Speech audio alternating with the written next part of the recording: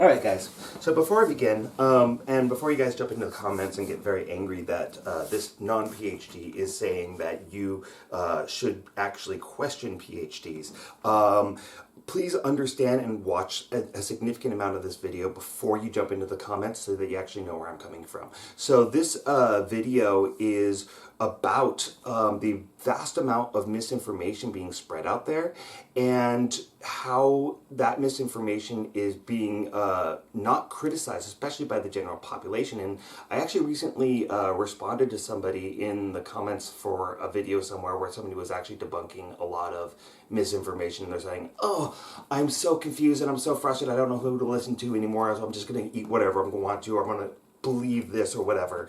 And people get very, very frustrated because there is a lot of conflicting information out there. But the reason why there's so much conflicting information out there is not because the messaging, especially from medical providers and the nutrition boards and the government, is really that back and forth and crazy and all over the place. It's because you have a few bad actors who happen to have these advanced degrees, who use those degrees in order to sell books, in order to sell programs, in order to get you onto constant glucose monitoring, which you do not need. It's a lot of misinformation out there, and it makes people think, oh, finally I have the solution to my problem, and it's all very incredibly misleading. So the way that they're going to begin a lot of their books or videos or whatever they have out there is to say that you can't believe your doctors, you can't believe so-and-so, you can't believe so-and-so, you can't believe the government, and I'm not saying that you can, completely need to trust the U.S. government, but if you look at all the other major studies and nutrition recommendations from all around the world, they actually tend to be very, very close. And what people don't understand is that it's not coming from, a few couple studies that happened in the 50s. There are actually thousands of studies that are actually examined in 5-year increments where they're really, really doing these big, heavy meta-analysis of those studies in order to come up with the RDAs and nutritional recommendations that you see that the governments generally tend to present. At least that's how it works in the US. The UK has their own, Australia has their own. Like, when you look all around the world, you're going to find that actually the recommendations tend to be pretty close to one another. And that's because the science doesn't actually change. The way that you debunk science is better science over time. And so if we draw a wrong conclusion, eventually the studies are going to show that. However, there have been attempts to debunk certain areas of those recommendations. Gary Taubes, for example, started the Nusi Institute to prove that carbohydrates are what make people fat. They ran 4 studies, and they concluded that Gary Taubes was full of shit. And he did everything that he could to influence the results of the studies, but the researchers had a higher level of ethics than he did. And so it's not that there's a lot of bias, or that the sugar industry is trying to manipulate what the government recommendations tend to be.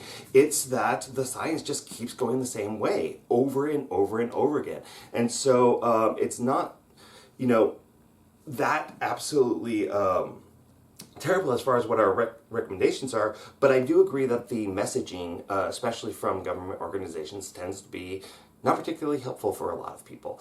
And there are dietitians who have tried different approaches to try to get people to understand what is healthy and what is not. And we've covered that already on this channel several times, and we can go back and do that a little bit later as well. So I want to go ahead and talk about specific bad actors, and I did throw out Gary Taubes there for a moment, and I will mention that he has a degree in, I believe, aerospace engineering and journalism. Those are his degrees. They have nothing to do with nutrition, but his entire career, the millions of dollars that he has made, has been by spreading nutritional misinformation. Another one that tends to come up a lot is Dr. Hyman. And one of the things that I really, really want to point out and make sure that I do say is that all of these books that you're going to find, and the doctors that I tend to recommend, or I'm going to talk about here, these are all people that will start their books by saying, or their thesis, or whatever they're trying to do in order to sell you something. They're going to say that recommendations are based on bad science, that there are certain government lobbies that try to influence things. There are a lot of bad actors. Your doctor doesn't know about such and such. These are all very, very common points, and in order for them to sell you their radicalized ideas, they have to discredit everybody else. This is just cult, 101. And so you have to kind of take that with a grain of salt, and you have to start looking at the counter arguments when it comes to these people making these claims, because a lot of these claims are actually really, really dangerous to the general population, especially when you're talking about trying to have these high-fat diets. We are now starting to see studies from people who have been on keto for a very long time that have shown that it does lead to heart disease, it does lead to metabolic issues. So there are concerns about whether or not people should even ever go on these if they don't have epilepsy. So, Mark Hyman, again, is going to be one of the very first ones, and in preparing for this, I did not actually go through like all the false claims that he makes, because he's sold a lot of books over the years. And so the next one is Jason Fung, who is very into, again, low carb, high fat, intermittent fasting. Again, that's going to very, very much so set you up for heart disease and whatnot. Eric Berg, he's another one that's kind of in the same area, and he's a chiropractor. He's not actually a medical doctor. He's, there's not a nutrition background there for him to be making the claims that he's making, and he also has started this myth of adrenal fatigue, and it's one of those things that is kind of in the hypothesis realm right now, but there's no actual evidence, there's no way to test for adrenal fatigue, and it's, again, another thing that can lead to people taking unhealthy supplements, taking these dramatic diets that may not be healthy overall, trying to fight this made-up disease that may or may not actually exist, but we don't have strong evidence to suggest that it actually does exist in the first place. Kate Shanahan. Now, I don't have as much of a problem with her, except that she does begin with that discrediting of your medical professionals. And if you have a real disease, say cancer, heart disease, kidney disease, anything like that that could be life-threatening, the way that she's starting and the way that she is targeting medical professionals could dissuade people from actually seeking out medical care for life-threatening diseases that they may need care for. And her whole shtick is to rail against seed oils. And there's a lot of people now that are becoming very, very afraid of using oils in cooking. And so there is a little bit of a foundation for the claims that she's making. So if you were to eat a lot of French fries or fried food coming from restaurants or things like that, it's most likely going to be cooked in either canola oil, peanut oil, corn oil, something like that. Other than peanut oil, they tend to be very, very cheap. And the problem with them is not necessarily because they are seed oils. The problem is that the restaurants are only going to be changing that oil every about 4 to 7 days. So, usually about at least once a week, but sometimes twice a week. And it's the thing about that is when you heat oils and reheat oils, not only you're going to have a bunch of the particulates from the food that you're cooking that are going to be living in that oil. Once oil has been used and has been heated, it can start going a little bit rancid, and it can start developing certain bacteria and whatnot that can actually be problematic for you, which is one of the reasons why you have to dump the oil every 3 to 7 days. But because of that buildup and because of that reheating of the oil, there can be more hydrogen that can be added to it, so it starts getting into that trans fat zone. It can become more inflammatory. And so it's not so much that the oils themselves are bad, it is that these oils are going through cooling down and reheating over and over again, or staying hot for long periods of time, and that there are going to be food particulates and whatnot that can burn in there and become carcinogenic over time. But that's not how you're going to be using oils in your home. You're going to be greasing a pan for cooking something along those lines. And so if you're using a little bit of oil and it's going to be a one-time use sort of deal, there's not going to be any health risks that are going to be associated regardless of whatever kind of food oil that you're using. Now, I particularly tend to be a little bit sensitive to corn and canola oil, so I don't like to use them. I use avocado oil. And so, if what you get from her is that you just don't want to use a seed oil and you want to use something like an avocado oil or an olive oil or something along those lines, that's going to be just fine, right? There's not a whole lot of harm that's coming out of those particular points of messaging. But on a whole, the whole doctor phobia thing that she's kind of preaching, or people might take away from it, that can be particularly problematic. So that's one of the reasons why I don't necessarily support her. Sten Ekberg, again, another chiropractor, does keto, bad nutrition advice in general.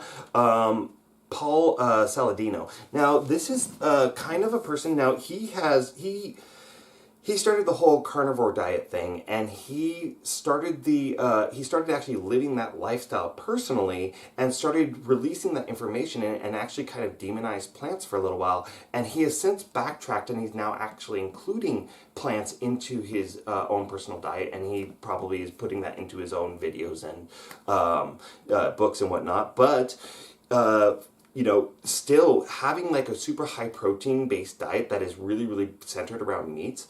First of all, especially if you're doing a lot of red meat, that is going to increase your saturated fats. That's going to kind of mess with your digestive system a little bit. Those excess fats, if we have a high fat diet, is going to predispose us into gastritis, which is going to be inflammation of the digestive tract and the overproduction of stomach acids, which can inflame the stomach, give you heartburn sensation, stuff like that. But it's going to also contribute to heart disease. The excessive amount of proteins that you can be having in that diet is going to lead to kidney problems. Again, kidney stones, uric acid specifically, along with kidney cancer and things like that. The high amounts of protein particles that can be floating around in your system because you have no way of storing them. Sometimes they can lead to crystallization in the joints, which is referred to as gout, and that is an autoimmune inflammatory response. And we don't really have a way of storing all that excessive protein. So what our body will tend to do in order to deal with all this excessive protein is it's going to convert it through glucogenesis into carbohydrate, which is, again, if you're trying to be low carb, a lot of protein is going to supplement the amount of non-carbs that you're having. The other thing that's going to happen is that an excessive amount of protein can actually lead to more fat storage. There's no evidence that above 1.6 to 1.8 kilograms per or grams per kilogram of body weight is actually going to help you put on muscle. So, you're overloading your system by having all this meat. You're taking in more saturated fat, which is going to lead to atherosclerosis. That's going to be problematic. You're going to damage your kidneys. You're going to damage your liver. It's going to lead to heart disease. So it's really, really questionable advice. So then the next one is Sunil Dehand. And this is one I actually kind of just recently came across. And the thing about him is that he is very, very much so anti-medical anything, really. He advises people to do their own blood labs. He advises people to be anti-vax. He's very much so a part of the anti-vax movement. He has been anti-medicine. And one of the things about, the whole doing your own labs thing, it can be kind of beneficial a little bit, but you really need to have somebody who's actually higher educated to actually look at the labs and know how to interpret them and to know what they're actually signaling. So people self-diagnosing diseases, he's really, really advocating for the WebMD self-help issue that is just incredibly problematic within our society. Self-diagnosis leads to undue stress. It leads to taking medications or supplements or things like that that are not scientifically backed, are not necessarily well vetted or tested by the government, by the FDA, by third parties or anything like that. And so you might be taking supplements that you think are helping you that might not even have the ingredient in them that is supposed to be helping you. And so it's an incredibly stupid and problematic message that he's throwing out there, and completely reckless. And I didn't research enough to know, how he is profiting off of this, but I'm betting you that he does. And that's one of the things about all these people is in order for them to sell more books, they have to say something controversial. If you just say what everybody already knows or stick to what we know medically or nutritionally, people are going to read that and be like, well, this person has nothing new to say. And the reason for that is that the science has kind of overproved that this is actually fact. And yes, new studies are going to come along that are going to change our perceptions a little bit at a time. But, there are thousands and thousands of studies that have led to the conclusions that we generally work off of. So, and I didn't put this on here, and I don't know why. I think I meant to. One of these guys tends to push the whole leaky gut thing, and there again is no scientific evidence to support the idea of leaky gut as being a disease or leading to a lot of diseases. And I wanted to also point out that a lot of people, especially with the gluten-free craze, basically they're taking a disease just like with the low-carb craze. They tend to talk about type 2 diabetes, and then they apply it to the general population that doesn't have type 2 diabetes, freaks them out, and that causes people to think that these diets are valid when they're not. And so the same thing kind of happens with the leaky gut thing, where the condition that they are basically piggybacking off of is celiac disease, where you do have this inflammation that goes through the entire digestive system that makes it hard for the body to actually uptake nutrients, which actually leads to malnutrition in people who have celiac disease. But celiac disease happens to be very, very rare. So, and there are tests for that, but there are no tests that confirm leaky gut. Now, for leaky gut, there is this narrative that because you have this leaky gut, that it is you have all these toxins that are being picked up and going into your bloodstream and throughout your body when you have leaky gut. There's nothing really to back that up. And there was another one where detoxing, and that's another one of the big movements that we've had over the years, where people are just basically giving themselves diarrhea by overdosing on one thing or the other in order to cleanse their body. And people are like, oh, okay, well, this will cleanse my liver, which your liver is, like, the whole purpose of your liver, or part of it, is to actually filter out and get rid of toxins within your body. Your body is a self-cleansing machine. Stephen Gundry. Oh my God. So Stephen Gundry is probably one of the absolute worst. And the reason why, and I will put the link down into the description on this guy. So he had a sit down recently with Dr. Mike, which I was watching, and I just got so mad I had to turn it off. And it's not because Dr. Mike was giving him the platform in which to speak on, because he actually did call him out on several things. But the things that Dr. Gundry was saying and how absolutely smug he is while saying them is just absolutely terrifying. Like, he is the scariest person that I have ever seen when it comes to medical misinformation. And so the claims that he was making is that, and his whole shtick is that you need to avoid lectins in order to live a long, happy, healthy life. And the way that he came to this was he was performing surgery on a smoker, and he was doing an open heart surgery, so, he's a cardiologist. And he was noticing that there wasn't atherosclerosis in the heart of this patient that he was treating. I don't really know what he was treating him for, or how he came to find out that before he was operating, oh, this person doesn't have atherosclerosis, even though he is a smoker.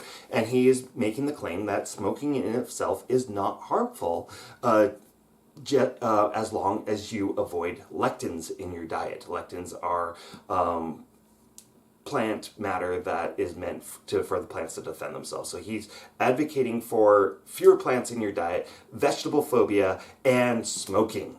And so the thing is that, and Dr. Mike actually called him out on this, that all the evidence that he had presented was purely anecdotal. There were no studies to back up his claims that he could actually point to. And he and the other doctor, Dr. Mike's other doctor that was there, were sitting there just going, holy shit, do you not realize that what you're saying, especially with such a low amount of evidence, could be interpreted in a way that people would actually hear this and decide, well, I can just go ahead and start smoking now.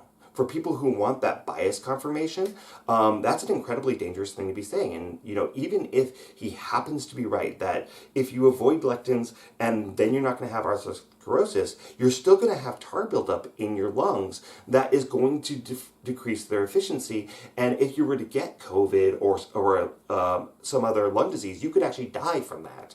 Not only that is that, you can get throat cancer. We know about that as being a risk. You can get lung cancer. There's all kinds of health complications that come along with smoking that he's just not acknowledging, and he's not thinking that somebody could hear this advice, take it, start smoking, and die, and he is responsible for that. And he is so fucking smug about it, and so sure of himself, without any regard to what the consequences of what he is saying could be to another person's life.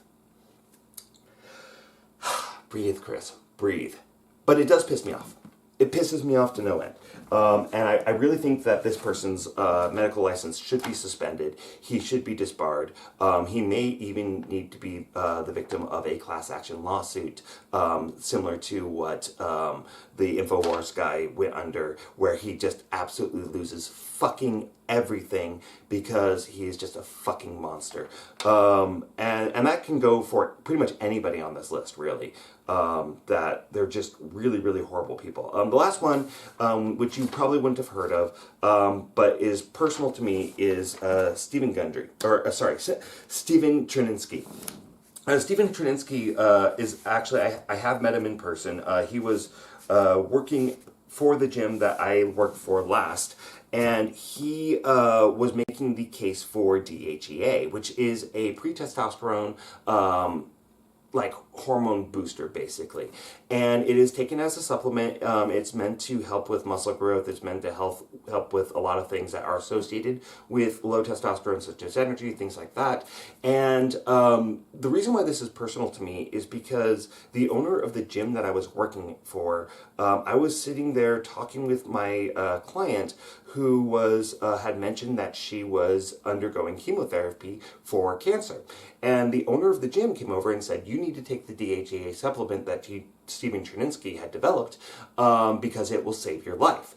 Basically, straight up implying that the supplement actually cures cancer, which is mind-numbingly stupid thing to say to anybody. Now, what the research actually says about DHEA is that the supplement has been shown to actually cause hormone-related cancers. Stephen Trininski's research seems to be the only research out there that suggests that it actually reduces tumor size. He was operating out of Colorado, and he was actually shut down by the FTC for making unsubstantiated and dangerous claims and using them to sell his dangerous supplements. He did what all supplements companies tend to do when they are found out, is that he shut down, he rebranded, he moved to another state, and then he just started doing it again. And so that is the way that motherfucker operates. And so when I'm saying, I'm not really trying to just call out a bunch of misinformation motherfuckers. It's that what I'm trying to say is that when somebody comes out and they say something that tries to discredit the rest of the medical community or the rest of the nutrition community, and they want to present their studies, you need to be looking at those studies. You need to be actually analyzing them and saying, okay, well, who funded these studies? Why are these studies such outliers? How long were they done for? How many people were involved in these studies? All these kinds of things, and actually look at how the studies were conducted and look at and say, they did this, and this is how they did their controls. But I don't see how this actually controls. This actually feels like they're trying to force a result. And also, start talking with your doctor, start talking with other people that you actually trust who are in the medical community and say, like, well, should I be listening to this influencer? Should I be listening to so-and-so? And, when somebody says, well, because you're questioning some crazy thing that somebody read from a book that was written by some PhD doctor, and they're saying, well, you can't question them because you're not a PhD. Don't, just cave, right? Don't fold and say, well,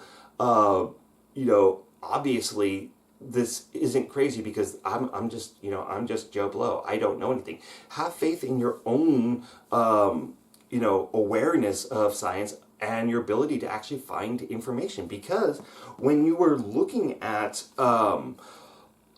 all these really, really radical claims, you want to be reading the counter arguments to them, right? Why aren't so many doctors, most of the medical community, signing up onto this narrative?